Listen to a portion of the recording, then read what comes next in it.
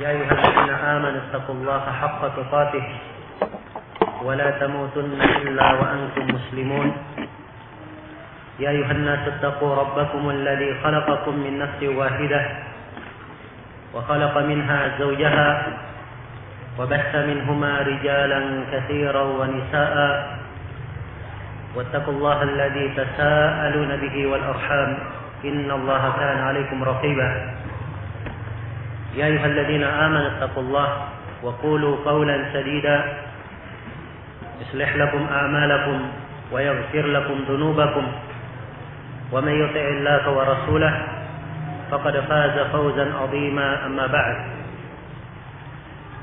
فإن أصدق الحديث كتاب الله وخير الهدي هدي محمد صلى الله عليه وعلى آله وسلم وشر الأمور محدثاتها فإن كل محدثة بدعة وكل بدعة ضلالة وكل ضلالة في النار. إخواني وأخواتي رحمني ورحمكم الله. Alhamdulillah, puji dan syukur kita hadapkan kepada Allah Subhanahu wa taala atas segala nikmat dan karunia yang diberikan kepada kita, dan di antara sekian banyak nikmat tersebut adalah kehadiran kita semua di majelis yang baik ini, di sebuah rumah dari rumah-rumah Allah Subhanahu wa taala.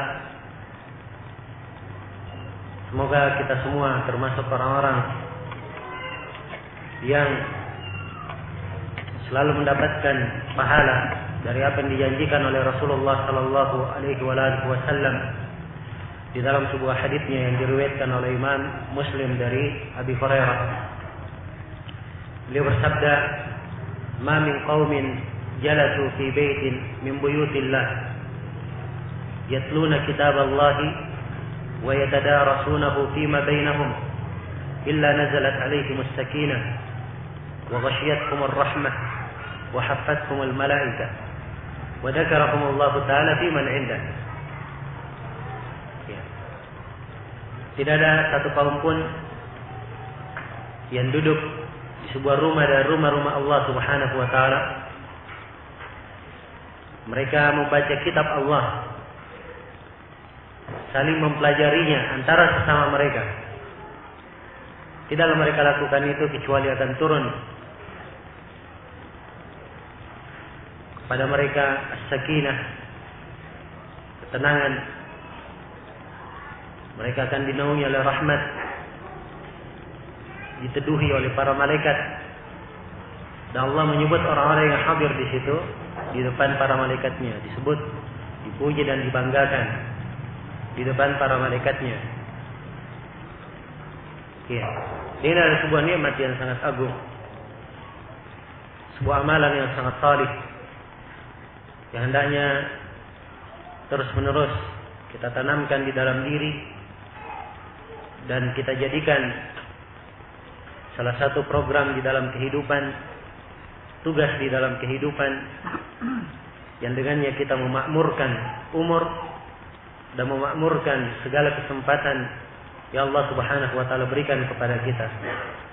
Sebab setiap saat yang berlalu dalam kehidupan ini akan dipertanyakan. Kalau kehidupan tersebut tidak dilalui dengan hal yang merupakan amalan yang salih, maka sungguh kita tidak bisa membayangkan apa yang akan kita jawab ketika kita menghadap kepada Allah Subhanahu wa taala. Apalagi pertemuan untuk 2 hari ini, insyaallah taala kita akan membahas sebuah pembahasan yang sangat penting sekali, perkara yang sangat diperlukan oleh seorang hamba di dalam kehidupannya. Keperluannya terhadap pembahasan ini lebih penting dari hajatnya kepada makan, minum, dan apa yang merupakan pendukung kehidupannya. Berakidah dengan akidah yang benar. Ini merupakan tugas dan kewajiban yang terpenting bagi setiap muslim dan muslimah. Dan tidak akan terwujud keselamatan, tidak akan terwujud kebahagiaan, tidak akan terwujud kesejahteraan di dalam kehidupan di dunia maupun di akhirat kecuali dengan akidah yang benar ini. Iya. Maka ini pembahasan yang hendaknya dipahami pentingnya dan hendaknya dimengerti betapa besar pengaruh keyakinan yang benar, manhaj yang benar di dalam kehidupan seorang muslim dan muslimah. Maka mungkin di sini saya akan sebutkan beberapa keutamaan dan beberapa sisi penting mempelajari akidah, khususnya di hari-hari ini. Khususnya di masa yang kita hidup sekarang ini. Masa yang penuh dengan fitnah. Masa yang penuh dengan berbagai perkara yang bisa memalingkan seorang muslim dan muslimah dari keyakinan yang benar. Masih yang tersebar berbagai syubhat, berbagai kerancuan-kerancuan, berbagai pemahaman yang keliru yang menyelisihi Al-Quran dan As-Sunnah. Masa yang hendaknya setiap muslim dan muslimah mencermati dan memperhatikan akidah yang diajarkan oleh Rasulullah sallallahu alaihi wasallam kepada para sahabatnya. Kemudian akidah ini terus terjaga dan terwarisi hingga hari ini. Hingga hari ini terjaga dan terwarisi. Dan ini adalah nikmat yang sangat besar dari Allah Subhanahu wa taala. Sebab akidah yang benar dia adalah akidah yang tidak berubah. Sebagaimana Al-Quran dan As-Sunnah tidak pernah berubah, maka demikian pula akidah yang benar tersebut. Iya. Inna nahnu nazzalna Al-Quran. Inna nahnu nazzalna Dzikr wa inna lahu lahafidhun. Sungguhnya kami yang menurunkan Al-Dzikr dan kami akan menjaganya. Kami yang akan menjaganya. Dia adalah hal yang dijaga oleh Allah Subhanahu wa taala. Karena itu ada beberapa poin yang ingin saya sebutkan di sini sebagai pendahuluan. Iya. Yang pertama, penjelasan tentang pentingnya mempelajari akidah dan manhaj yang diajarkan oleh Rasulullah sallallahu alaihi wasallam, diterima oleh para sahabat, para tabi'in dan tabi'ut tabi'in setelahnya. Sisi yang pertama dari pentingnya mempelajari akidah ini, seorang yang berakidah dengan akidah yang benar, ini akan menyebabkan kehidupannya menjadi kehidupan yang kokoh, kehidupan yang kuat. Dia tidak akan gamang oleh badai fitnah apapun yang datang, kerancuan pemikiran apapun yang tersebar, sepanjang dia berpegang di atas Al-Quran dan As-Sunnah, di atas akidah as-salaf, maka keyakinannya, akidah yang benar yang ada pada dirinya ini mewariskan kekokohan, keteguhan di dalam dirinya. Iya. Allah Subhanahu wa taala berfirman di dalam Al-Quran, "Yuthabbitu Allahu alladhina amanu bil qawli tsabit fil hayatid dunya wa fil akhirah." Allah mengokohkan orang-orang yang beriman. Perhatikan, Allah mengokohkan orang-orang yang beriman. Dan tidak disebut seorang itu sebagai orang yang beriman kecuali kalau dia berada di atas akidah yang benar. Iya. Allah mengokohkan orang-orang yang beriman di atas ucapan yang sabit, ucapan yang kuat. Perhatikan, dikokohkan di atas ucapan yang kuat. Ini al-qaulus sabit. Ucapan yang kuat ini, itulah akidah yang benar. Karena itu datang dalam sebagian penafsiran ahli tafsir, ditafsirkan dengan kalimat tauhid, kalimat la ilaha illallah. Kalimat la ilaha illallah. Ia dikokohkan dengan ucapan yang sabit, yang kuat, yang kokoh. Di kehidupan dunia dan di kehidupan akhirat. kehidupan dunia, kehidupan yang kita sedang jalani sekarang ini, dan apa yang terjadi dari kehidupan sebelum ajal datang menjemput. Kehidupan akhirat itu bermula dari alam kubur. Ya, sebab kubur itu adalah awal perjalanan ke negeri akhirat. Kata Nabi sallallahu alaihi wasallam dalam hadis yang sahih, "Al-qabru awwalu manazilil akhirah." Kubur adalah awal persinggahan negeri akhirat. Iya. Maka seorang muslim yang kuat akidahnya akan dikokohkan oleh Allah Subhanahu wa taala. Diteguhkan dalam segala keadaan, dalam segala perkara. Iya. Dalam segala perkara. Keyakinan yang kuat ini, akidahnya yang benar ini akan senantiasa mengokohkan dirinya di dalam kehidupan. Ya. Betul di dalam hidup ini kadang seorang tersentuh dengan fitnah kadang. Ya. Dia kadang melihat perkara-perkara yang tidak menyejukkan hatinya. Tapi bagi orang yang berakidah dengan akidah yang benar, ya, akidah tersebut adalah penasihat di dalam dirinya yang terus mengarahkannya kepada kebaikan, yang terus menjaganya di atas keteguhan dan kemurnian akidah. Maka ini faedah yang sangat utama dan sangat agung. Ya, hendaknya senantiasa kita ingat. Kemudian di antara faedah mempelajari akidah yang benar, ya, mempelajari akidah yang benar ini mengajarkan seorang muslim dan muslimah untuk mengagungkan Al-Quran dan As-Sunnah. Untuk mengagungkan Al-Quran dan As-Sunnah. Iya. Sebab Al-Quran dan As-Sunnah tidak ada yang mengagungkannya dan tidak ada yang membesarkannya dengan pengagungan dan pembesaran yang sebenarnya kecuali orang-orang yang berakidah dengan akidah yang benar. Ya. Maka siapa yang mempelajari akidah yang benar, maka ini akan menyebabkan ia semakin mengagungkan Allah pada segala syariat yang diperintah dan disyariatkan oleh Allah Subhanahu wa taala, pada segala perkara yang dibawa oleh Rasulullah sallallahu alaihi wasallam. Ya. Kemudian di antara manfaat mempelajari akidah yang benar, dimaklumi bahwa akidah yang benar ini adalah misi dakwah para nabi dan para rasul. Ya. Menyampaikan akidah dan menanamkan akidah, keyakinan yang benar pada umat, ini adalah misi dakwah para nabi dan para rasul. Allah Subhanahu wa taala berfirman di dalam Al-Quran, dan ini ayat yang saya akan bacakan di surah Al-Anbiya.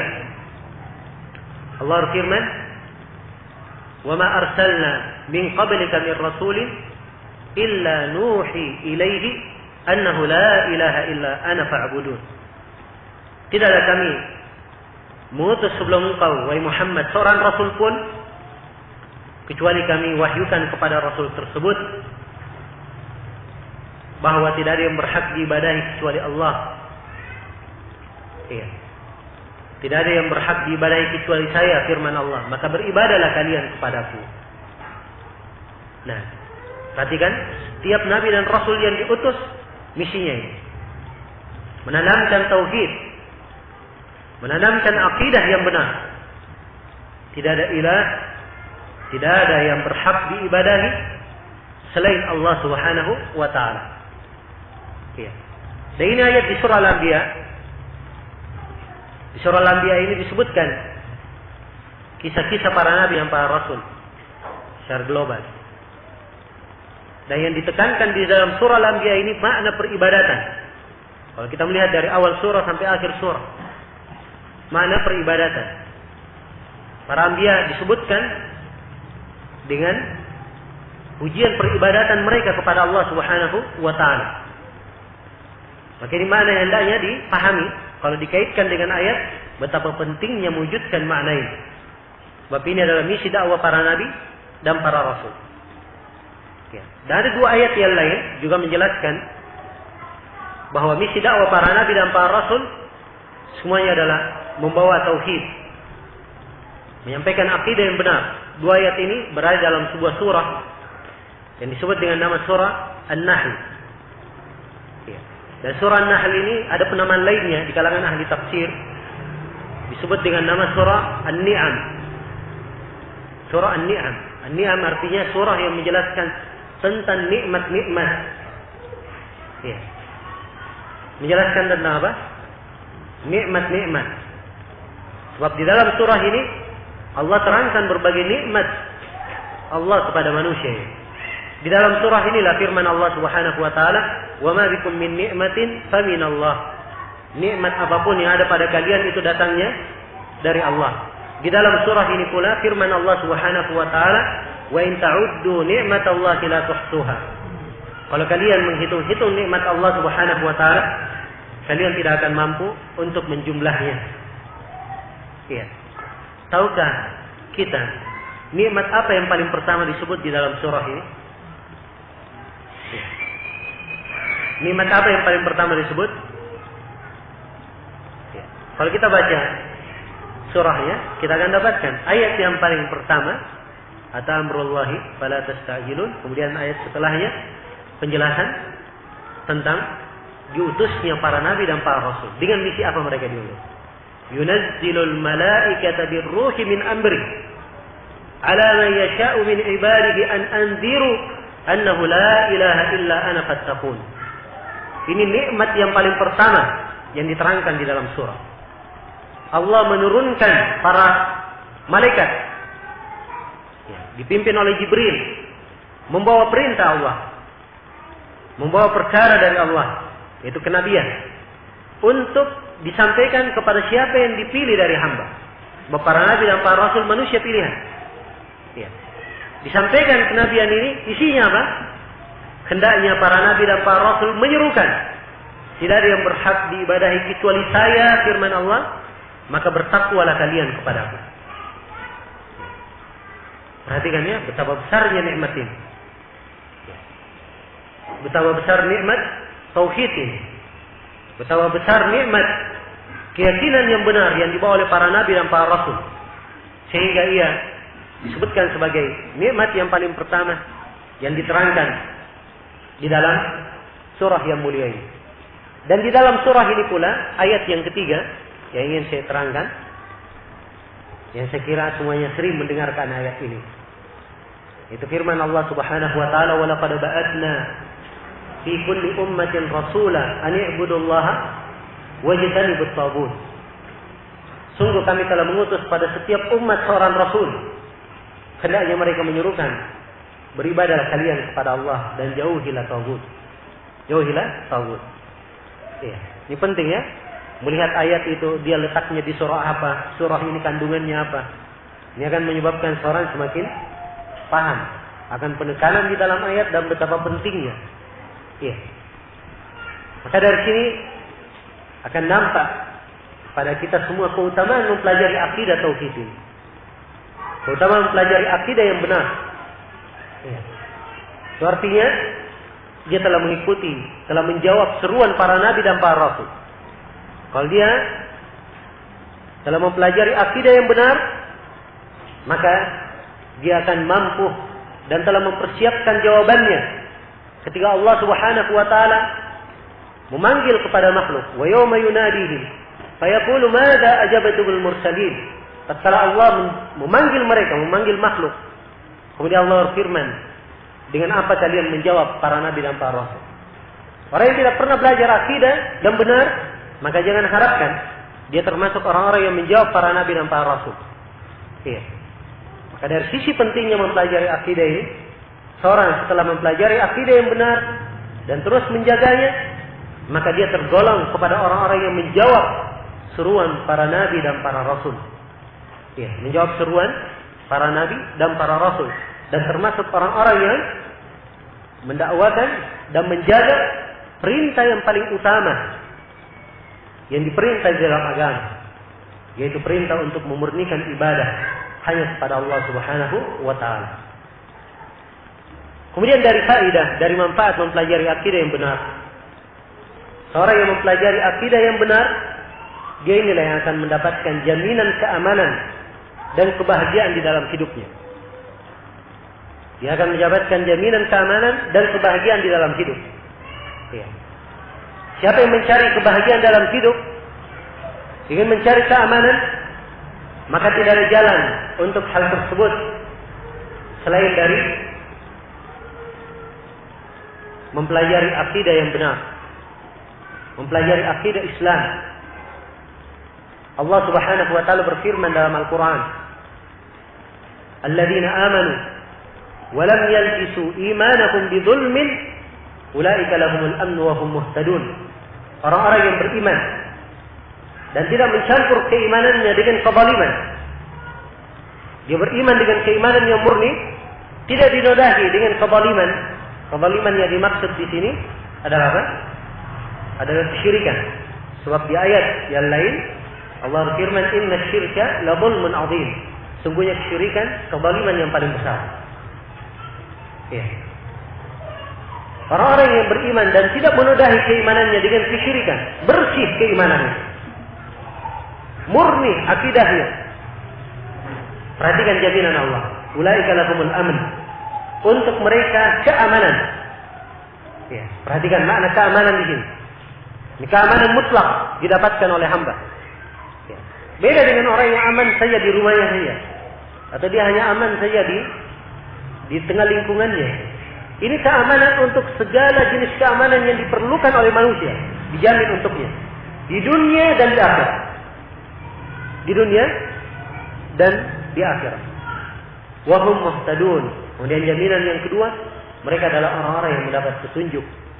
Mendapat petunjuk. Ya. Ini ayat menjelaskan jaminan keamanan bagi siapa yang mempelajari akidah yang benar.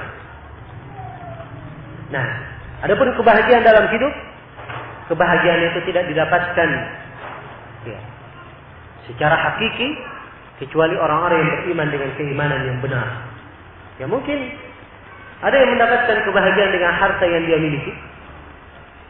Mungkin saja ada yang mendapatkan kebahagiaan dengan anak dan keturunan yang dianugerahkan kepadanya. Mungkin ada yang merasa bahagia dengan pangkat dan jabatannya. Mungkin ada yang merasa bahagia dengan kedudukannya. Tidak diragukan bahwa itu adalah bentuk dari kebahagiaan. Tapi itu kebahagiaan yang hakiki? Ya. Semua orang akan menjawab tidak. Bukan itu kebahagiaan yang hakiki. Sebab betapa banyak orang yang berlimpah dengan harta, tetapi seakan-akan harta tersebut tidak pernah membuatnya bahagia dan berkecukupan. Ya. Betapa banyak orang yang diberi anugerah keturunan, ya, tapi dia tidak merasa bahagia dengan hal tersebut. Jelas? Maka kebahagiaan yang hakiki itu jaminannya hanya diberikan kepada satu orang saja. Orang yang memiliki kriteria dan syarat ini, dialah yang dijamin untuknya kebahagiaan. Dan ini ayat juga masih berada di dalam surah An-Ni'am, ayat yang saya akan bacakan. Sebab ini adalah nikmat yang sangat besar ya, bagi kaum mukminin, siapa yang bersifat dengan apa yang disifatkan di dalam ayat. Ayat ini dalam surah An-Nahl, Allah Subhanahu wa taala berfirman, "Man 'amila shalihan min dzakarin aw untha wa huwa mu'min, falanuhyiyannahu hayatan thayyibah wa lanajziyannahum ajrahum bi ahsani ma kanu ya'malun." Siapa yang beramal saleh dari laki-laki maupun perempuan dan dia adalah seorang mukmin, ini dua syarat. Dia beriman dan beramal saleh. Keimanan melambangkan akidah yang benar dan lurus, amalan saleh melambangkan pengamalan dari keimanan dan apa? Akidah yang lurus ini. Dia terus beramal saleh. Ini dua syarat. Ya. Siapa yang beramal saleh dari laki-laki dan perempuan dan dia adalah seorang yang mukmin, apa jaminannya? Allah menjamin, "Falanuhyiyannahu hayatan thayyibah." Maka sungguh kami akan memberikan kepadanya kehidupan yang indah, kehidupan yang baik.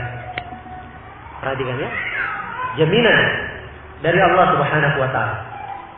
Ya. Ini bagi siapa yang beriman dan beramal saleh. Makanya dari sisi penting mempelajari akidah yang benar. Ya. Kemudian dari sisi penting mempelajari akidah yang benar ini, dengan mempelajari akidah yang benar ini, seorang mukmin dan mukminah itu bisa mengukur kesalahan-kesalahan yang terjadi, apakah terjadi pada dirinya sendiri atau terjadi pada orang lain. Dia bisa ukur kesalahan-kesalahan itu dan dia bisa ketahui di mana letak-letak kesalahan tersebut dan dia mampu untuk memperbaiki kesalahan itu. Iya. Apalagi kalau di masa sebelum dia mengenal dakwah salafiyah, sebelum dia mengenal dakwah kepada Al-Quran dan As-Sunnah, dia pernah terjatuh ke dalam pemikiran-pemikiran yang salah. Ya. Maka dari kewajiban siapa yang pernah mengalami yang seperti ini, dia harus membenarkan keyakinannya, ya, meluruskan akidahnya. Sebab kadang tersimpan sebagian dari pemahaman yang salah, ya, yang dahulu dianut oleh seseorang. Ya. Pemahaman yang salah ini terus berjalan pada dirinya tanpa dia sadari. Sebabnya apa? Karena dia tidak memperbaharui dan tidak kembali mempelajari akidah yang benar.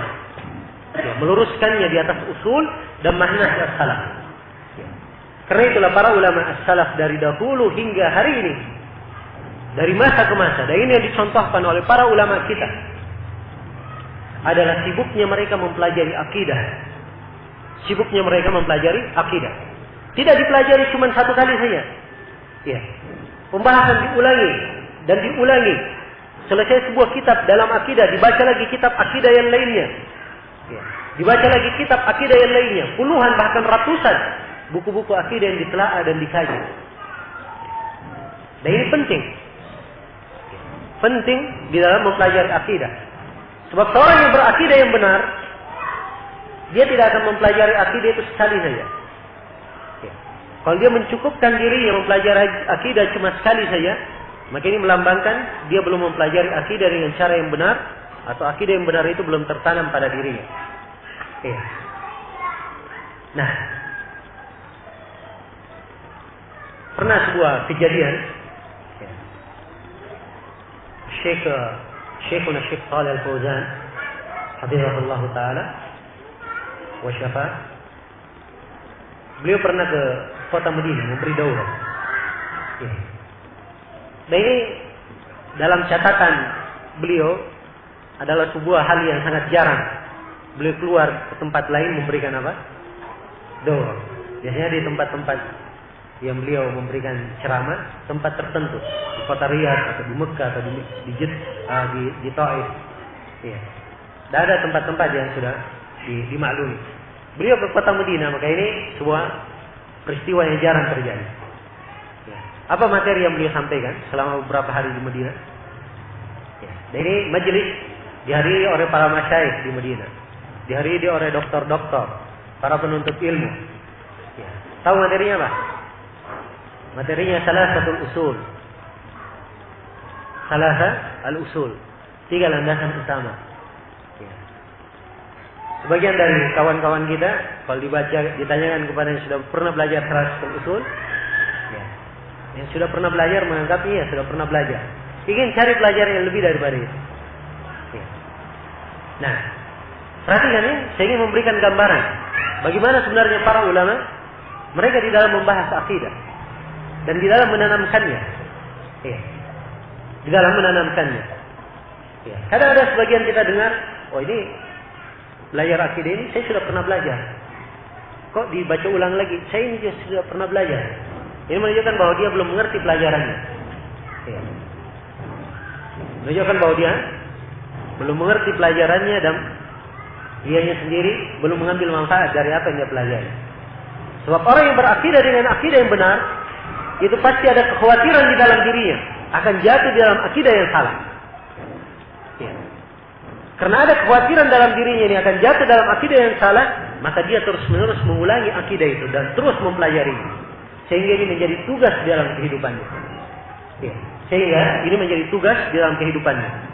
Karena itu tidak seorang pun dari masyayikh ahli sunnah di masa ini, kecuali mereka sibuk mengajarkan akidah di setiap halaqah dan majelis-majelis mereka. Iya. Maka ini sisi yang sangat penting sekali yang hendaknya diperhatikan. Apalagi bersama dengan berjalannya waktu, banyaknya fitnah yang terjadi, banyaknya syubhat, kerancuan, maka ini perlu diluruskan. Dengan diulanginya akidah ini, syubhat-syubhat yang ada itu bisa dijelaskan dan diterangkan kesalahannya. Diterangkan kesalahannya. Iya. Maka pembahasan kita membahas kitab ini, kitab Lum'atul I'tiqad Al-Hadi ila Sabil Ar-Rasyad, karya Al-Imam Abu Muhammad Abdullah bin Ahmad Ibn Qudamah Al-Maqdisi rahimahullahu taala. Ini pembahasan yang sangat penting, saudara. Pembahasan yang sangat penting. Ya. Dan ini sengaja kita pilih di majelis ini dengan membahas buku ini, sebab dalam buku ini terdapat penjelasan global akidah Ahli Sunnah wal Jamaah secara umum, ya.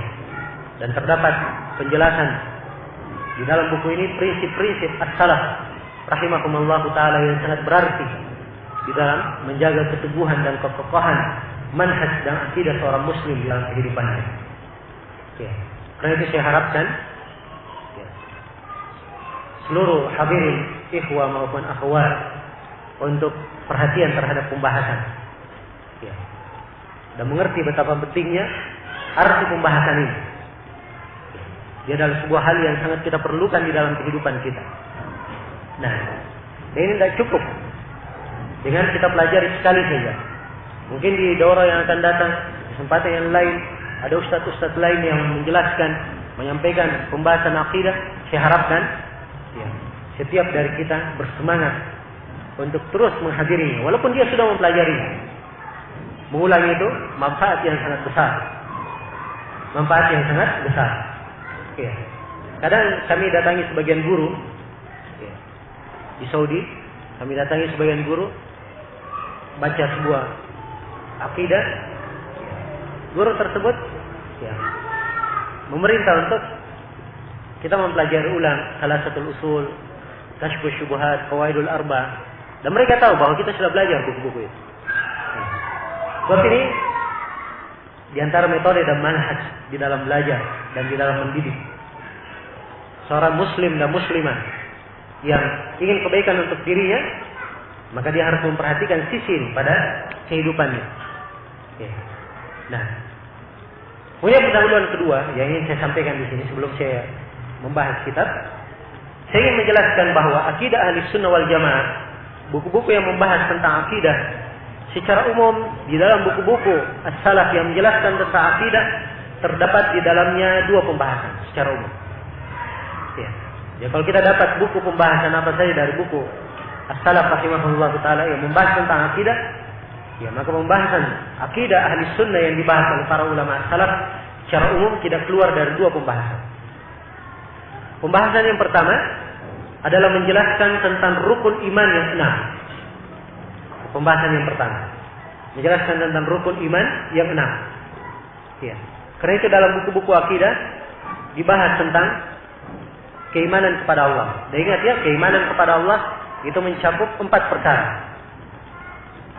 Mencakup keimanan akan adanya Allah Subhanahu wa taala.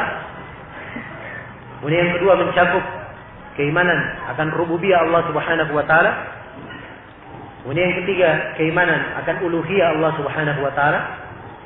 Kemudian yang keempat, keimanan terhadap asma wa sifat. Asma wa sifat. Ya, karena itu sebagian buku akidah ini berbicara tentang tauhid uluhiyah. Bagaimana memurnikan ibadah hanya untuk Allah. Seperti kitab tauhid misalnya karya Ibnu Khuzaimah, kitab tauhid karya Syekh Muhammad bin Abdul Wahhab, Tadhkirul I'tiqad misalnya karya Sana'ani. Ya, Ad-Durrun Nadid karya Syaukani. Ya, ataupun buku-buku yang lain. Jelas? Ya. Ada yang berbicara tentang asma wa sifat. Dari Ibnu Qudamah di sini, beliau menyinggung tentang asma wa sifat di awal buku beliau. Ya, sebab penyimpangan yang paling pertama di dalam bab keimanan kepada Allah yang terjadi di masa itu, di abad-abad pertama, di generasi setelah para sahabat, ya, dan setelahnya, penyimpangan pertama yang muncul adalah penyimpangan di bab asma wa sifat. Di antara penyimpangan pertama adalah penyimpangan di apa? Masalah asma wa sifat. Karena itu para ulama membahas dari asma wa sifat. Ya, karena itu kalau kita baca seperti buku Ibnu Qudamah ini, ya, kita baca dari buku abad pertama sampai abad kelima, kebanyakan buku akidah itu mengulas tentang asma wa sifat. Kenapa? Sebab penyimpangan yang banyak terjadi di masa itu tentang apa? Asma wa sifat. Ya. Di abad setelahnya mulai banyak penyembahan terhadap kuburan, pengagungan terhadap kubur. Mulai para ulama menulis buku-buku khusus berkaitan dengan apa? Tauhid uluhiyah. Berkaitan dengan tauhid uluhiyah. Jadi dimaklumi risalah Syekhul Islam Ibnu Taimiyah Al-Ubudiyah, risalah beliau dalam Al-Qaidah Al-Jalilah fi Tawassul wal Wasilah. Ya, dan berbagai risalah yang ditulis oleh para ulama dalam tauhid uluhiyah. Jelas ya? Ini pembahasan keimanan kepada Allah. Ya. Rukun iman yang kedua, keimanan kepada para malaikat. Ya, karena itu di dalam buku-buku akidah sering disinggung tentang keimanan kepada para malaikat, walaupun disinggung secara global saja. Disinggung secara global. Ya. Kemudian yang ketiga, keimanan kepada para rasul.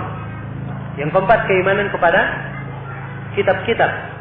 Yang kelima, keimanan kepada hari akhirat. Masuk dalam keimanan kepada hari akhirat, dalam buku akidah diperluas pembahasan keimanan kepada hari akhirat. Sebab hari akhirat itu tercakup di dalamnya pembahasan tentang alam kubur. Ya. Karena itu dibahas juga oleh Ibnu Qudamah di buku ini tentang Adabul Qabr. Ya. Nah, kemudian setelah seorang dikubur, hari kebangkitan di padang mahsyar, bagaimana dibangkitkan? Ketika dibangkitkan, dikumpulkan di padang mahsyar. Ada peristiwa syafaat, ada peristiwa telaga, ada timbangan, ada penyerahan buku. Ya. Kemudian setelah itu ditentukan penduduk surga, penduduk neraka. Kemudian melewati neraka yang dihamparkan di atasnya jembatan As-Sirat. Ya, pembahasan tentang surga dan neraka itu sendiri. Ini semuanya terangkai dalam pembahasan apa? Buku-buku akidah sekarang, karena dia tercakup dalam keimanan kepada apa? Kepada hari akhirat. Ya. Kemudian dibahas juga tentang keimanan kepada takdir. Keimanan kepada takdir. Sebab ini dari bid'ah keyakinan yang paling pertama muncul di dalam masalah takdir. Sebagaimana yang akan kita jelaskan insyaallah taala di pembahasannya. Ya. Perhatikan ya. Maka kalau kita ingin globalkan, pembahasan buku-buku akidah tidak lepas dari dua pembahasan. Ini pembahasan yang pertama saya terangkan. Keterkaitannya dengan rukun iman yang apa? Yang 6. Pembahasan yang kedua dalam buku-buku akidah adalah penjelasan prinsip-prinsip penting yang membedakan antara ahli sunnah dan ahli bidah. Ya. Prinsip-prinsip penting yang membedakan antara pengikut kebenaran dan pengikut kebatilan. Karena itu di dalam buku-buku akidah dibahas tentang keyakinan terhadap para sahabat. Bagaimana kedudukan para sahabat. Ya. Meyakini kedudukan para sahabat tidak masuk dalam rukun iman yang 6. Tidak masuk. Tapi kenapa dimasukkan dalam pembahasan akidah oleh para ulama? Sebab di dalam pembahasan ini, ya, mengagungkan, memuliakan para sahabat, ini adalah ciri yang membedakan antara ahli sunnah dan ahli bidah. Jelas? Di dalam pembahasan akidah juga disebutkan, ya, bahwa harus taat dan mendengar kepada penguasa. Mendengar dan taat kepada penguasa muslim, ini bukan dari rukun iman yang 6. Tapi dimasukkan oleh para ulama dalam pembahasan akidah. Sebab ini adalah ciri yang membedakan antara ahli sunnah dan ahli bidah. Ciri yang membedakan antara ahli sunnah dan ahli bidah. Iya. Dan selainnya dari prinsip-prinsip yang akan kita baca insyaallah taala di dalam buku ini. Ya, di dalam buku ini. Maka ini gambaran global bagaimana akidah ahli sunnah wal jamaah. Ya. Karena itu mempelajari akidah, ya, seorang harus punya kaidah, ya, harus punya ukuran yang mempelajarinya. Ya. Kalau dia tahu ini inti pembahasannya, maka secara umum dia akan ada gambaran apa yang harus dia pelajari. Maka sekarang tugasnya bagaimana dia mempelajari rukun iman yang 6 dengan rincian-rinciannya. Setelah itu dia pelajari apa prinsip-prinsip yang membedakan antara ahli sunnah dan ahli bidah. Iya. Ini pembahasan penting sekali. Pembahasan penting sekali. Dan orang yang tidak mengerti pembahasan ini, ya, orang yang tidak mengerti pembahasan ini dia tidak akan bisa membedakan siapa yang ahli bidah dan siapa yang selain ahli bidah. Iya. Karena dari kerancuan yang sangat banyak muncul, ya, dari orang-orang yang mempelajari agama.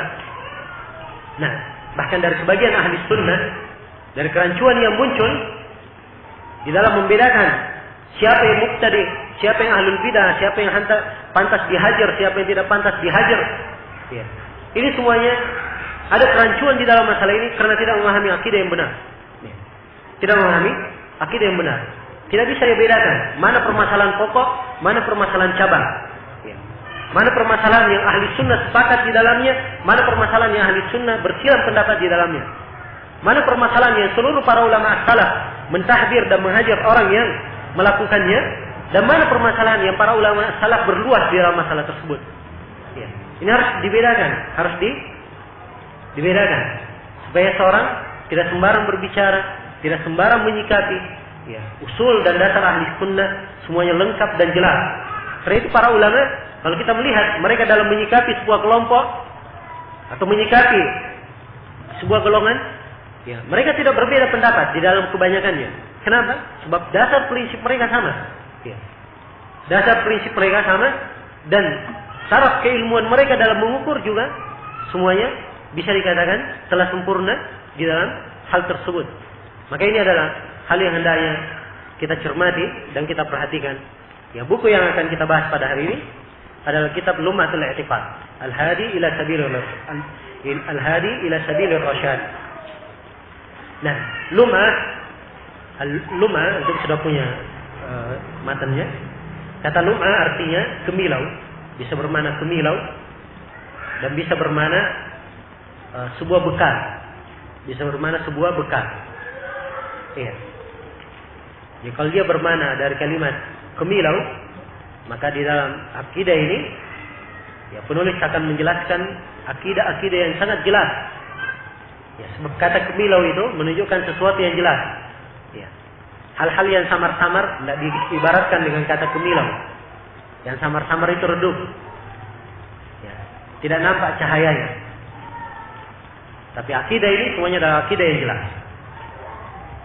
Nah, ini kata Lum'ah. Dan kalau mau diartikan dengan pengertian yang kedua dari sisi bahasa, bisa diartikan sebagai bekal, al-bulghah. Dia bekal yang dibawa. Ya, sebab ini adalah bekal akidah. Sebab memang di dalam buku ini tidak seluruh permasalahan akidah diterangkan. Diterangkan pokok-pokok akidah oleh Ibnu Qudamah yang dianggap penting oleh beliau. Iya. Dan ini juga dari salah satu sisi kenapa saya katakan tadi, belajar akidah itu tidak cukup belajar satu kitab saja. Dia harus belajar di buku yang lainnya, puluhan bahkan ratusan buku yang lainnya harus dia pelajari. Ya. Kenapa? Sebab mungkin di buku ini tidak diterangkan, di buku yang lain apa? Diterangkan. Kalau buku ini diterangkan, dia baca di buku yang lain, maka dia akan semakin bertambah apa? Keimanan dan semakin bertambah keteguhan dalam akidah. Ya. Bayangkan ya, Imam Al-Bukhari berkata, saya berjumpa lebih dari 1000 guru. Saya berjumpa lebih dari 1000 guru. Semua guru itu berkata iman, qaulun wa amalun. Semua gurunya berkeyakinan bahwa iman, ucapan dan amalan. Ya, perhatikan ya. Berjumpa dari 1000 guru, semua gurunya berkata seperti itu. Kira-kira Imam Al-Bukhari bagaimana cara belajarnya? Sehingga semua gurunya dia tahu berucap seperti itu. Ya. Hanya ada 2 kemungkinan. Kemungkinan yang pertama, memang si guru mengajarkan seperti itu. Dan kemungkinan yang kedua, memang Imam Al-Bukhari mempertanyakan ulang. Ya, walaupun sudah jelas bagi beliau, tapi beliau bertanya lagi kepada guru yang lainnya. Supaya semakin jelas masalah tersebut. Sampai 1000 guru, semuanya sepakat. Bahwa iman apa? Qaulun wa amal. Ya. Iman, qaul wa amal. Nah, demikian pula Abu Hatim Ar-Razi, Abu Zur Ar-Razi. Dalam akidahnya seperti yang disebut oleh Imam Al-Lalaka'i. Dalam syarah usul i'tiqad ahli sunnah wal jamaah, beliau berdua menyebutkan, ditanya, ya, apa akidah yang kamu yakini? Ya, maka keduanya menjawab, yang saya dapati dari para ulama di berbagai negeri, di negeri Hijaz, di negeri Irak, di negeri Yaman, disebutkan berbagai negeri. Yang saya dapati dari seluruh para ulama itu, mereka sepakat. Dia sebutkan rincian akidah yang disepakati. Ini perhatikan ya, bagaimana perhatian para ulama mempelajari akidah. Ya, dan diantara yang paling penting juga, ya, belajar akidah itu tidak dikenal dengan cara otodidak, belajar sendiri, baca sendiri. Ya, itu tidak ada di kalangan ulama salaf yang melakukan seperti itu. Padahal mereka lebih cerdas daripada kita. Ya, siapa yang tidak kenal Imam Al-Bukhari? Siapa yang tidak kenal Imam Ahmad? Siapa yang tidak kenal Waqi' Ibn Al-Jarrah? Siapa yang tidak kenal Qutaibah bin Sa'id? Siapa yang tidak kenal Sufyan Ats-Tsauri? Semuanya mengambil akidah dari gurunya.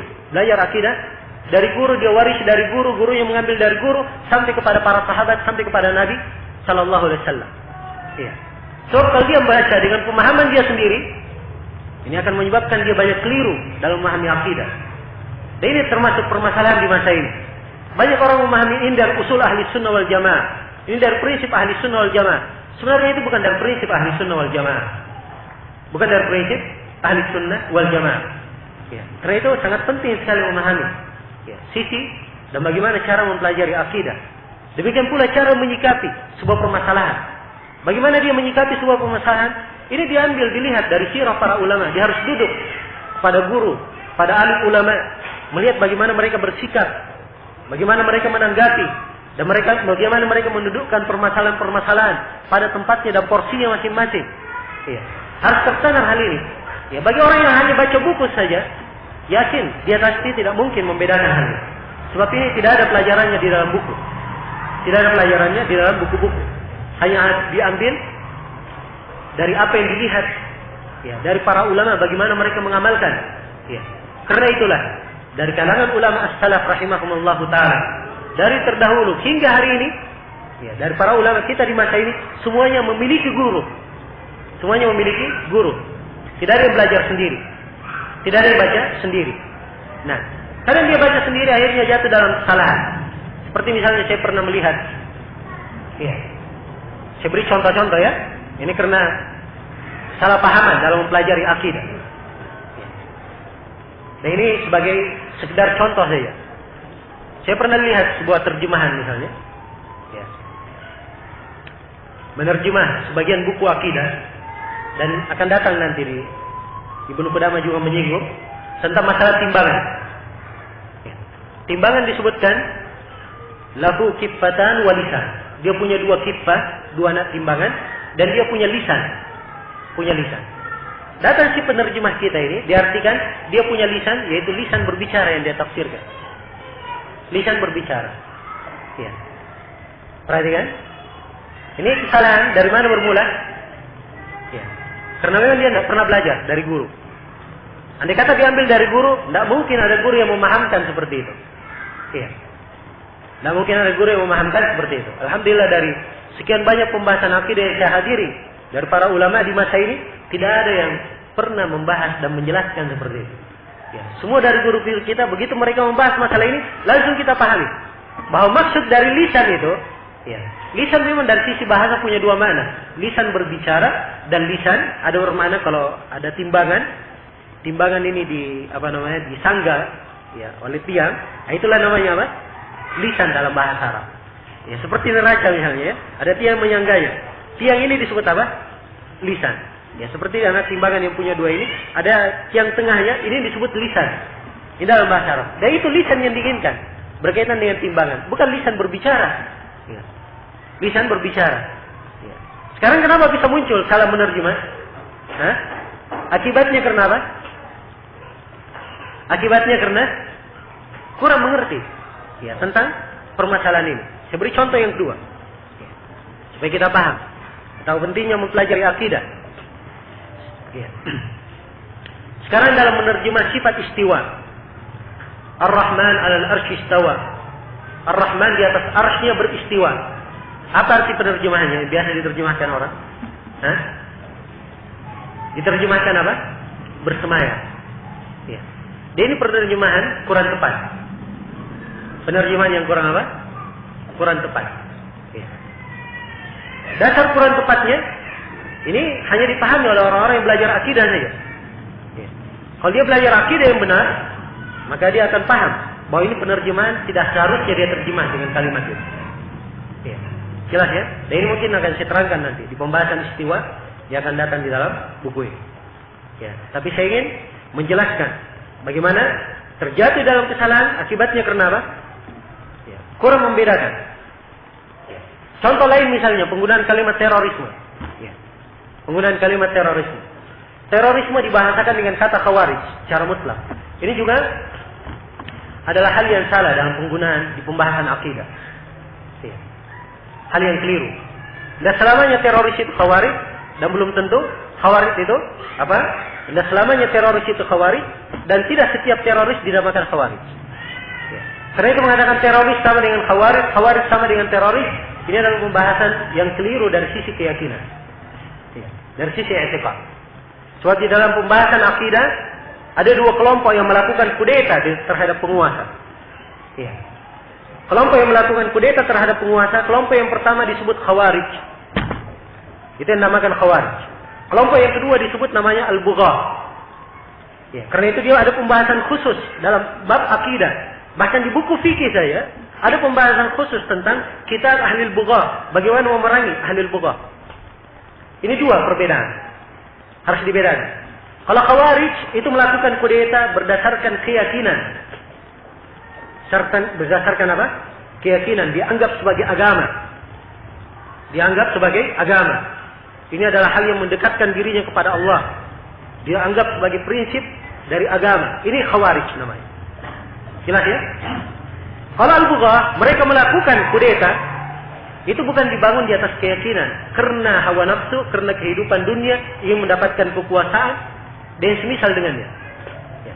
Sekarang saya tanya, Khawarij, sekarang saya tanya, yang melakukan terorisme sekarang, apakah semuanya berkaitan dengan agama? Ya. Kalau kaitannya dengan agama, mengatakan teroris dia sebagai Khawarij, tidak ada masalah. Ya.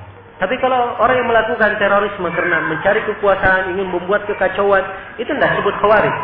Mereka disebut teroris saja, bukan Khawarij. Jelas ya? Karena itu harus detail dalam menggunakan kalimat. Dan ini pengaruh dari akidah. Pengaruh dari akidah yang benar. Karena itu seorang yang mempelajari akidah yang benar, dia akan bisa merinci dan menilai sampai menggunakan kalimat-kalimat. Ya. Seperti itu pun sangat detail mereka dalam menggunakannya. Ya, karena itu dalam pembahasan akidah, ya namanya kesalahan itu mungkin terjadi pada siapapun, mungkin terjadi. Seperti Ibnu Qudamah di sini rahimahullah, beliau dikritik pada beberapa kalimat yang beliau gunakan dalam akidah ini, dikritik oleh para ulama as-salaf. Ya, kenapa dikritik? Sebab itu kalimat yang mengambang dalam pembahasan akidah. Ya, perhatikan ya. Nah ini memberikan gambaran kepada kita bahwa pembahasan akidah ini pembahasan yang sangat penting untuk dipelajari. Ya. Mungkin ada yang sering mendengar misalnya kitab Syarhus Sunnah karya Imam Al-Barbahari. Ya, dan mungkin banyak dari kawan-kawan sudah pernah mempelajari. Ya. Tapi adakah yang pernah tahu bahwa Imam Al-Barbahari kadang terjatuh dalam sebuah kesalahan dalam buku tersebut? Bahkan ada sebagian ya, pembahasan beliau, satu pembahasan beliau, walaupun seluruhnya dimaklumi Imam Al-Barbahari imam, ya. Tapi manusia tidak ada luput dari kesalahan. Ya. Di dalam buku beliau ada sebagian hal beliau mencocoki pendapat kaum Jabriyah di dalamnya. Ya. Ini tidak ada yang bisa menyingkapnya, menguraikannya kecuali siapa? Orang yang berakidah dengan akidah yang benar, orang yang mumpuni di atas akidah. Ya. Dan ini bagi seorang murid yang tidak pernah mempelajari kepada guru, dari mana dia bisa mengetahui kesalahan itu? Dari mana bisa dia ketahui kesalahan tersebut? Nah, seperti misalnya contoh lain, ya, kalimat yang sering kita dengarkan, ya, seperti misalnya dalam sebuah buku yang ditulis dan bukunya sudah diterjemah, ya, penulisnya juga sering ke Indonesia. Nah, buku yang berjudul Ilmu Usulul Bidah, Ilmu Usulul Bidah. Ya, mungkin sekira ikhwan mendengarkan buku ini, nama buku ini. Dalam pembahasan buku ini disebutkan kalimat yang sepintas lalu orang senang mendengarkannya. Disebutkan bahwa apa? Al-hasanu ma hassanahu syari' wal qabihu ma qabbahahu syari'. Yang baik itu apa yang dianggap baik oleh syariat. Yang jelek itu adalah apa yang dianggap jelek oleh syariat. Ya, gimana tanggapan antum terhadap kalimat ini? Bagus atau tidak? Hah? Ya, bagus. Tapi ini kalimatnya kaum Jabriyah yang menyimpan dalam permasalahan takdir. Ya, mereka membahasakan bahwa akal itu tidak ada ikut andil di dalam apa? Menganggap baik, menganggap jelek sesuatu. Akal itu tidak ada masuk dalam hal itu. Sebab kaum Jabriyah, ya, manusia itu tunduk semua perbuatannya. Dia berbuat Allah yang menghendaki. Akal tidak ada masuk. Makanya mereka bahasakan dengan kalimat itu. Ini kalimat diucapkan oleh penulis ini, dan si penulis ini mengambilnya dari Imam Syafi'i dalam Al-I'tisam. Imam Syafi'i keliru dalam hal ini, rahimahullah. Jelas? Ya. Maka ini pembahasan akidah diterangkan oleh para ulama, dijelaskan. Tapi itulah sekali lagi saya katakan, penting mempelajari akidah itu mengambil dari guru. Ya. Jangan berguru sendiri, membaca sendiri. Ya. Jangan membaca sendiri. Orang-orang yang saya sebutkan saja tadi, dari kalangan alim ulama, kadang jatuh dalam kesalahan. Padahal mereka mempunyai guru. Ya. Kadang jatuh dalam kesalahan. Ya. Maka orang yang mempelajari akidah dengan belajar sendiri, tentunya dia jatuh dalam kesalahan akan lebih banyak lagi. Akan lebih banyak lagi jatuh dalam kesalahan. Karena itu penting sekali bagaimana seorang ini mempelajari akidah dengan cara yang benar sesuai dengan yang dituntunkan oleh para a'immatus salaf rahimahumullahu taala. Baik. Ini pembahasan buku ini perlu waktu yang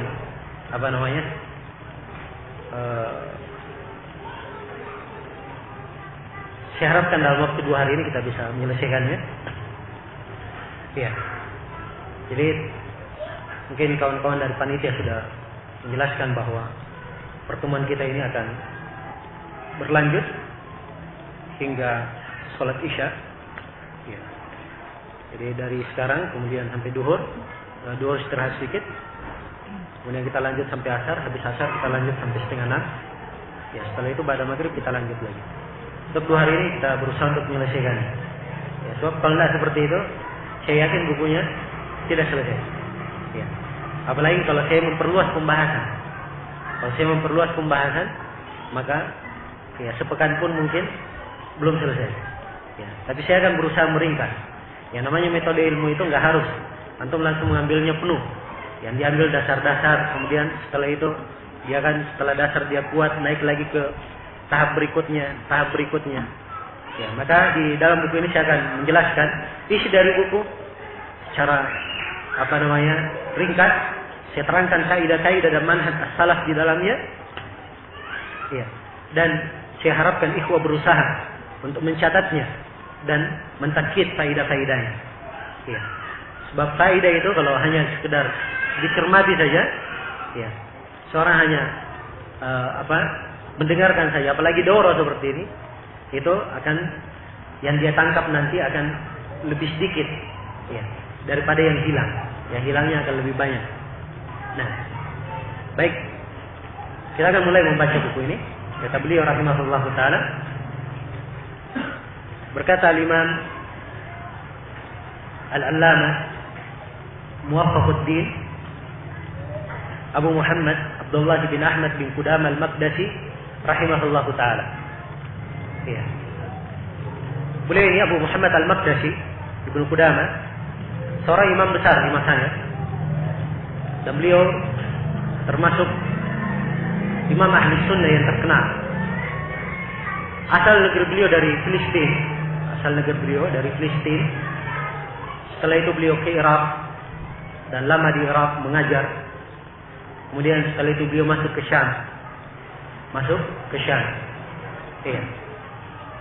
Dan beliau adalah seorang imam yang di dalam pembahasan akidah beliau banyak menulis buku-buku akidah. Ada buku-buku beliau berkaitan dengan akidah, seperti buku ini Lumatul I'tiqad, ya. Seperti buku Damut Ta'wil, seperti buku beliau berkaitan dengan masalah Al-Quran, ya. Dan ada buku-buku beliau juga berkaitan dengan usul fikih. Walaupun beliau lebih banyak dikenal di dalam ilmu fikih, sebab karya-karya beliau dalam fikih luar biasa. Ya. Nah, mungkin kitab beliau yang tidak ada tandingannya adalah apa yang beliau tulis dengan nama Al-Mughni. Al-Mughni ini kitab yang menjelaskan fikih. Beliau mensyarah Mukhtasar Al-Firaqi. Ya. Kemudian menguraikan rincian pendapat para ulama di berbagai negeri. Ya. Ini buku fikih di tingkatan kelas atas. Ya. Sebab orang belajar fikih juga tidak langsung masuk ke tingkatan itu. Ya, karena itu Ibnu Qudamah dari teknik beliau dalam mendidik, beliau menulis buku pemula. Kemudian setelah pemula, kemudian setelahnya lagi, kemudian yang paling tinggi. Kemudian yang paling tinggi. Mula-mula beliau sebutkan sebuah buku ringkasan, kesimpulan saja, satu pendapat. Buku setelahnya ringkasan juga, kesimpulan tapi dengan dua pendapat. Yang ketiga, ini adalah khusus di mazhab Hambaliyah. Semua pendapat yang berada dalam mazhab. Ya. Buku yang keempat, seluruh pendapat dalam mazhab Hambaliyah digandengkan dengan pendapat di mazhab-mazhab lainnya. Ya, di mazhab-mazhab lainnya. Ya, perhatikan ya bagaimana metode beliau mendidik. Nah, bagaimana metode beliau belajar, mengajarkan ilmu itu kepada manusia. Dan ini metode yang hendaknya kita perhatikan. Ya, karena itu para ulama salaf juga dalam buku akidah itu ada ringkasan-ringkasan akidah. Dan Lum'atul I'tiqad ini termasuk ringkasan. Dia termasuk ringkasan. Ya, setelah ringkasan ada lagi di atasnya. Ada lagi di atasnya. Ya. Setelah itu ada lagi yang lebih meluas daripada itu. Nah, ada yang lebih meluas daripada itu. Baik, berkata Ibnu Qudamah rahimahullahu taala, Bismillahirrahmanirrahim. Beliau memulai dengan basmalah. Ya, Bismillahirrahmanirrahim. Ya. Dan ini etika dalam penulisan. Memulai dengan basmalah, sebab segala perkara itu sebaiknya dimulai dengan basmalah, mengikuti mencontoh Al-Qur'anul Karim. Ya, sebab setiap surah dalam Al-Qur'an dibuka dengan Bismillahirrahmanirrahim. Kecuali surah apa? Kecuali surah At-Taubah. Ya, surah At-Taubah saja yang tidak ada bismillahnya, sebab dia dianggap berkaitan dengan surah sebelumnya. Karena itu tidak dipasang basmalah di situ. Nah, demikian pula mencontoh sunnah Rasulullah sallallahu alaihi wasallam. Sebab Nabi sallallahu alaihi wasallam kalau beliau menulis surat, ya, beliau memulai dengan Bismillahirrahmanirrahim. Nah, dan Bismillahirrahmanirrahim ini artinya dengan nama Allah yang Maha Ar-Rahman, Maha merahmati, dan Maha Ar-Rahim, dan Maha mengasihi. Ar-Rahman dan Ar-Rahim ini dari satu sumber kata yang sama, dari kata rahmat. Semuanya berasal dari kata apa? Dari kata rahmat. Cuma Ar-Rahman, dia rahmat Allah Subhanahu wa taala yang maha luas, mencakup seluruh manusia. Iya. Kalau Ar-Rahim, dia adalah rahmat Allah Subhanahu wa taala kaitannya dengan kaum mukminin.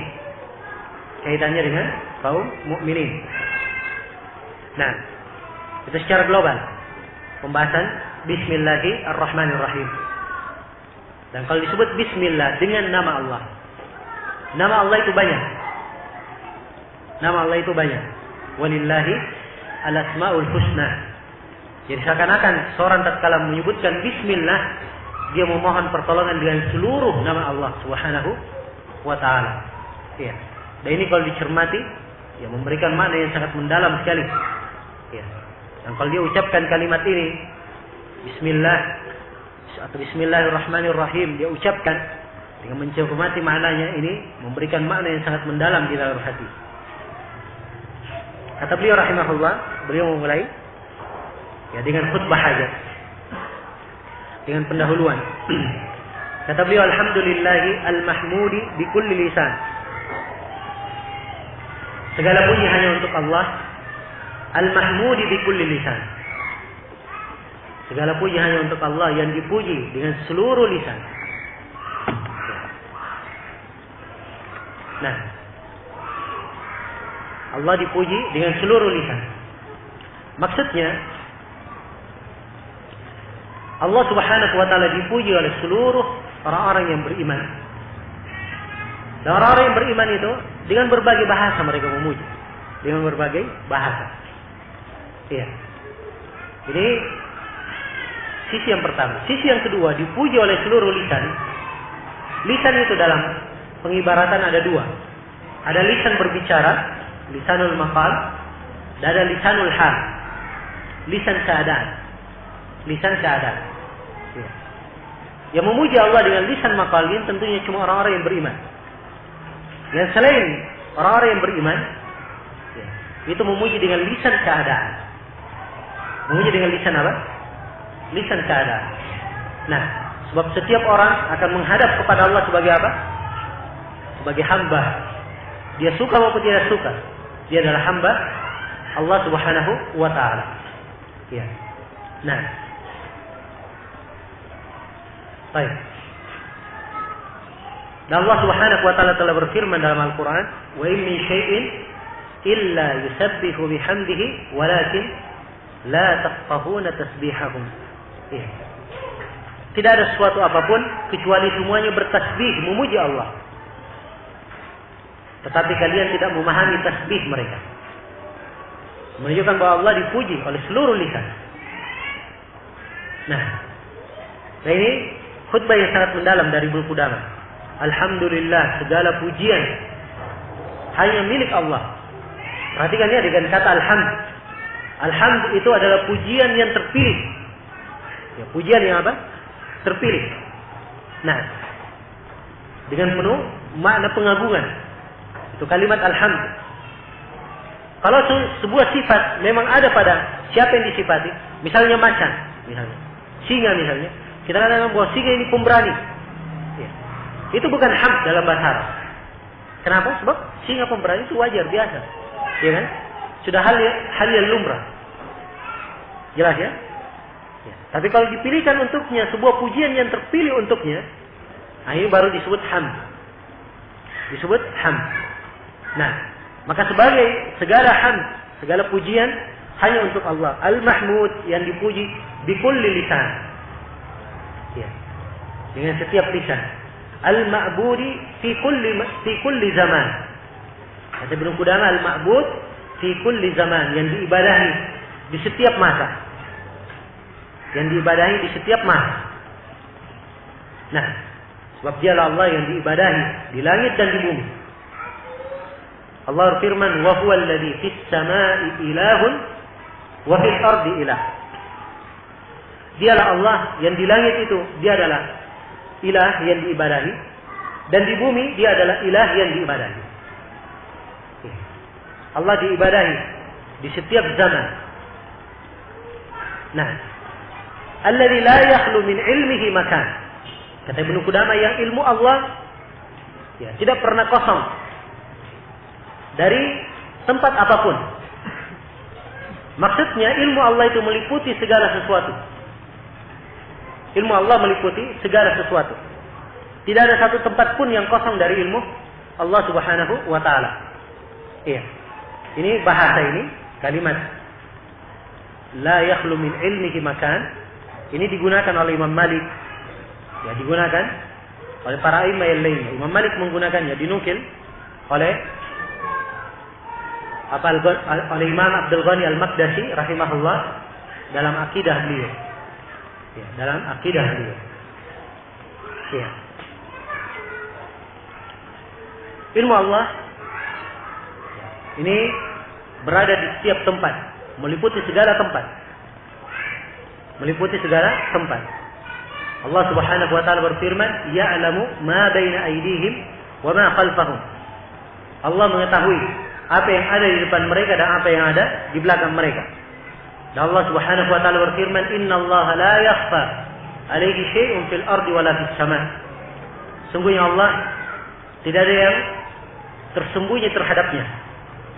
Tidak ada sesuatu apapun yang tersembunyi terhadapnya di langit dan di dunia dan di bumi dan di langit. Tidak ada yang tersembunyi bagi Allah. Semuanya diketahui oleh Allah Subhanahu wa taala. Nah. Ya. Kemudian kata beliau, "Wala yashghuluhu sya'nun an sya'n."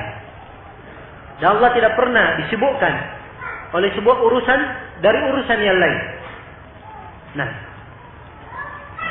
Ya, dan ini Maha Suci Allah dan Maha Besar Allah Subhanahu wa taala. Ya, perkara makhluk ini sangat banyak sekali. Perkara makhluk banyak. Semua makhluk berbuat. Ya. Semuanya tercatat, terlihat oleh Allah. Ya. Makhluk meminta, memohon hajatnya, berbagai keperluan, berbagai bahasa. Bersama dengan itu, urusan yang terjadi pada makhluk, tidak ada sebuah urusan yang membuat Allah tersibukkan sehingga terlalaikan dari urusan yang lain. Ya. Semuanya diketahui oleh Allah Subhanahu wa taala. Nah, dan Allah Subhanahu wa taala telah berfirman dalam Al-Qur'an, "Kullu yawmin huwa fi sya'an." setiap harinya Allah Subhanahu wa taala dalam berbagai urusan. Dan maha besar Allah Subhanahu wa taala yang mengurus seluruh makhluknya. Mengurus seluruh makhluknya. Makhluk saja manusia ini, dilihat. Seorang muslim saja mengurus dirinya, kadang dia tidak bisa mengurus seluruh kemaslahatan dirinya. Dia seorang kepala rumah tangga, tidak bisa dia mengurus seluruh rumah tangganya. Dia seorang ketua RT, semua yang berada di RT-nya tidak bisa diurus semuanya, apalagi dia kepala negara. Nah, jelas ini makhluk yang penuh dengan kelemahan. Perhatikan keagungan Rabb kita Allah Azza wa Jalla, seluruh urusan makhluk itu semuanya diketahui oleh Allah Subhanahu wa taala. Dan Allah Subhanahu wa taala tidak disibukkan oleh sebuah urusan apapun sehingga melelekannya dari urusan yang lain. Nah, kata beliau, kata Ibnu Qudamah, jalla anil asbahi wal andad. Ini sekarang saya lagi menerjemah khutbah hajat beliau.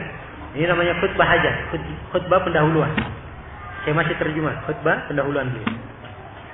Ya Maha Suci Allah dari segala penyerupaan dan segala tandingan. Allah itu Maha Besar dan Maha Satu. Tidak ada tandingan baginya, tidak ada penyerupaan, tidak ada yang serupa dengannya. Wa tanazzaha anis sahibati wal aulad. Dan Allah Maha bersih, Maha suci untuk dikatakan beristri dan mempunyai anak. Allah Subhanahu wa taala tidak disifatkan dengan sifat tersebut. Nah, anna yakunu lahu walad wa lam takul lahu sahibah. Bagaimana Allah memiliki istri? Bagaimana Allah memiliki anak padahal dia tidak mempunyai istri? Nah, Allah Subhanahu wa taala berfirman, "Lam yalid wa lam yulad wa lam yakul lahu kufuwan ahad." Allah tidak beranak dan tidak diperanakkan. Dan tidak ada suatu apapun yang semisal dengannya. Nah, kemudian kata Ibnu Qudamah, wa nafidha hukmuhu fi jami'il ibad. Dan hukum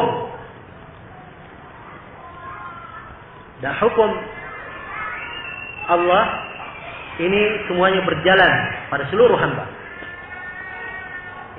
Allah kalau menetapkan hukum, maka pasti itu berjalan di tengah hamba. Hukum yang dimaksud di sini adalah hukum al-qadari. Hukum al-qadari. Sebab hukum itu ada dua. Ada hukum asy-syar'i dan ada hukum al-qadari, al-qauli. Hukum syar'i itu hukum-hukum syariat. Ya, perintah salat, perintah haji, perintah zakat. Ini hukum apa namanya? Hukum syar'i. Hukum syar'i ini, ya namanya hukum syar'i, dianjurkan. Ya kalau dia beriman dia laksanakan, kalau dia tidak beriman dia tidak laksanakan. Kan begitu? Ini hukum syar'i. Kalau hukum qadari itu pasti terjadi. Hukum qauli itu pasti terjadi di tengah makhluk. Nah, dan hukum yang dimaksud di sini oleh Ibnu Qudamah adalah hukum qauli qadari. Jelas? Dan hukumnya berjalan pada seluruh makhluk. La tumassiluhul uqul bitafkir. Akal-akal itu tidak bisa mempermisalkan Allah dengan memikirkannya. Nah, Allah itu tidak bisa dipikirkan. Tidak bisa dipikirkan. Sebab akal manusia tidak sampai ke sana. Ini perkara gaib. Perkara gaib. Wala tatawahhamuhul qulubu bitaswir. Dan hati itu tidak bisa menyangkanya dengan penggambaran. Kalau dia ingin gambarkan, dia tidak bisa menyangka dalam hatinya. Sebab sesuatu yang bisa digambarkan, yang bisa dipikirkan, itu sesuatu yang pernah dilihat. Kan begitu? Sesuatu yang pernah dilihat. Kalau dia tidak pernah lihat, pernah diberitakan kepadanya sesuatu itu. Ini yang kedua. Pernah diberitakan. Kalau dia yang kedua, yang ketiga, atau sesuatu tersebut pernah digambarkan kepadanya. Ini sesuatu ini begini dan begini penggambarannya. Atau paling tidak dia pernah mendengarkan, mendapatkan keterangan dari orang yang pernah melihatnya. Kan begitu. Jadi semuanya ternafikan dari sifat Allah Subhanahu wa taala. Allah tidak pernah dilihat, tidak ada yang pernah mengetahuinya, ya, tidak para nabi, tidak para rasul. Ya, jelas? Maka ilmu ini dari perkara gaib. Karena itu asalnya bisa mempermisalkannya dengan memikirkannya, dan hati tidak bisa menggambarkannya dengan penggambaran. Jelas sampai sini? Nah, maka di sini letak kesalahan orang-orang yang masuk mempelajari asma wa sifat. Ketika dia masuk mempelajari asma wa sifat, tatkala dia mengandalkan akalnya dan mengandalkan hatinya untuk menggambarkan, nah di sinilah letak kesalahan. Letak kesalahan. Orang yang menyerupakan Allah dengan makhluk, sebab dia samakan Allah dengan apa? Makhluk. Ada penggambaran pada diri. Orang yang menolak sifat-sifat, kenapa dia tolak? Sebab kalau sifat dia tetapkan, dianggap serupa dengan makhluk. Nah, ini kesalahan. Bagaimana caranya dia menyerupakan Allah dengan makhluk dalam sifat tersebut? Padahal sifat Allah tidak pernah dilihat, tidak pernah dia ketahui. Ini semuanya letak kesalahan. Maka ini pendahuluan Ibnu Qudamah di sini, ini pendahuluan yang sangat hebat kan. Ya, beliau membawakan pendahuluan dengan kata-kata yang mengesankan apa yang akan beliau bahas. Beliau akan membahas asma sifat. Ya, maka beliau bawakan pendahuluan yang sudah mengesankan apa yang beliau akan bahas. Jelas ya? Kemudian beliau bawakan ayat, kata Ibnu Qudamah, "Laisa kamitslihi syai'un wa huwas samiul basir." Allah itu tidak serupa dengan sesuatu apapun. Dan dialah Allah yang Maha mendengar lagi Maha melihat. Perhatikan ya, mana keimanan dalam ayat yang mulia ini. Ini syarat. Ini kaidah seorang mukmin beriman ya, terhadap nama-nama dan sifat. Ya. Terdapat di dalam ayat ini dua kaidah penting. Kaidah yang pertama, dia menafikan segala penyerupaan terhadap Allah Subhanahu wa taala. Iya.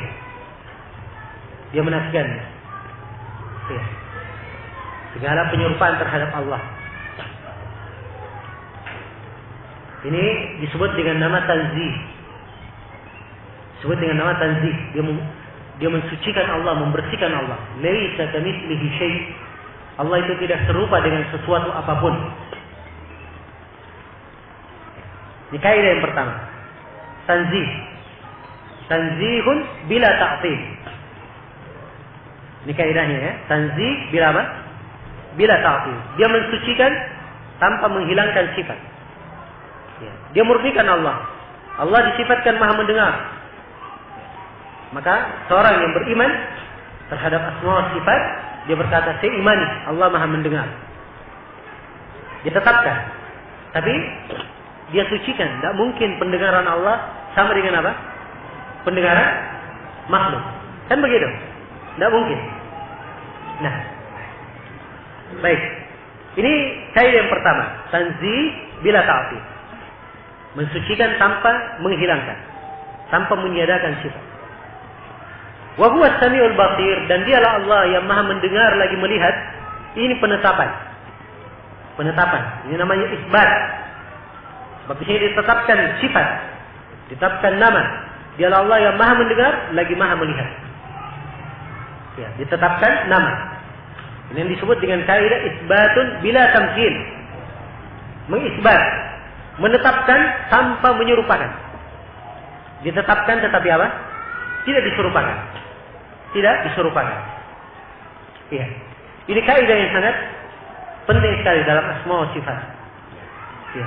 Dan keliru dalam memahami ayat ini, inilah yang menyebabkan jatuhnya dua kelompok yang menyimpang dalam pembahasan asma wa sifat. Kelompok al-mu'attilah dan kelompok al-musyabbihah. Ini dua kelompok yang menyimpang dalam asma wa sifat. Mungkin kita akan terangkan nanti ya di pembahasan insyaallah taala. Ya. Maka di sini kaidah yang saya ingin jelaskan di sini, yang kembali saya ingin tekankan, bahwa nama-nama Allah Subhanahu wa taala dan sifat-sifatnya itu kewajiban kita ada dua. Kewajiban kita yang pertama adalah isbatun, menetapkannya. Jadi, kalau ada nama, ada sifat, kita tetapkan. Kenapa kita tetapkan? Sebab Allah dan Rasulnya menetapkan. Allah sebut dalam Al-Quran, itu artinya Allah menetapkan.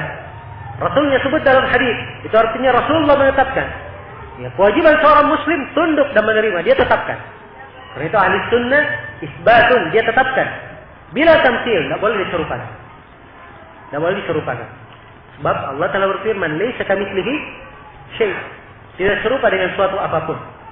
Ya. Ya. Kemudian kaidah yang kedua, tanzihun bila ta'til.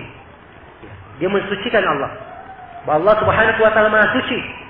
Nama-nama dan sifatnya pasti sesuai dengan kemuliaan dan kebesaran Allah. Ya. Pasti sesuai dengan kemuliaan dan kebesaran Allah. Jelas Maha suci, tidak serupa dengan makhluk.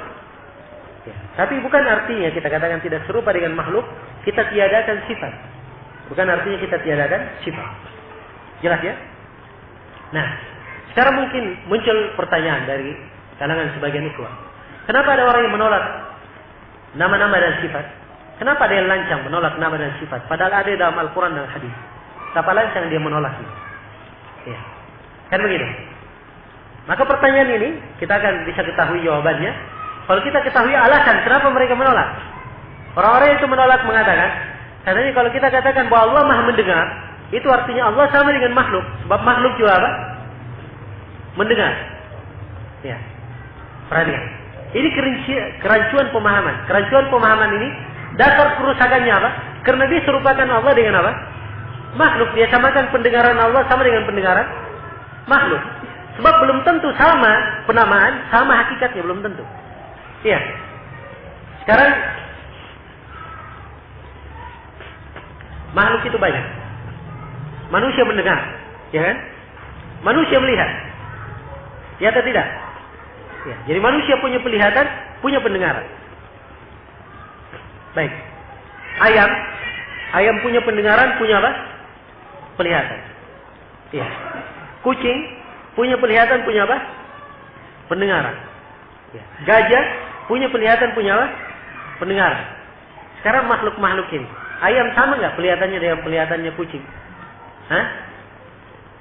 Nggak sama. Ayam di malam hari nggak bisa melihat ya. Ya. Kan begitu. Kucing tajam dia penglihatannya. Ya. Perhatikan. Makhluk sama, manusia sama penglihatannya dengan hewan ini. Jawabannya tidak sama. Ini semuanya sama namanya. Melihat. Kan begitu. Mendengar. Kan begitu. Penamaan sama, tapi hakikat tidak sama. Sama penamaan, tapi hakikat tidak sama. Antara sesama makhluk saja, sama penamaan, tapi tidak sama hakikatnya. Ya. Apalagi antara makhluk dengan Allah, lebih-lebih apa? Lebih-lebih tidak sama. Di majelis ini misalnya banyak yang nama Muhammad, kan begitu?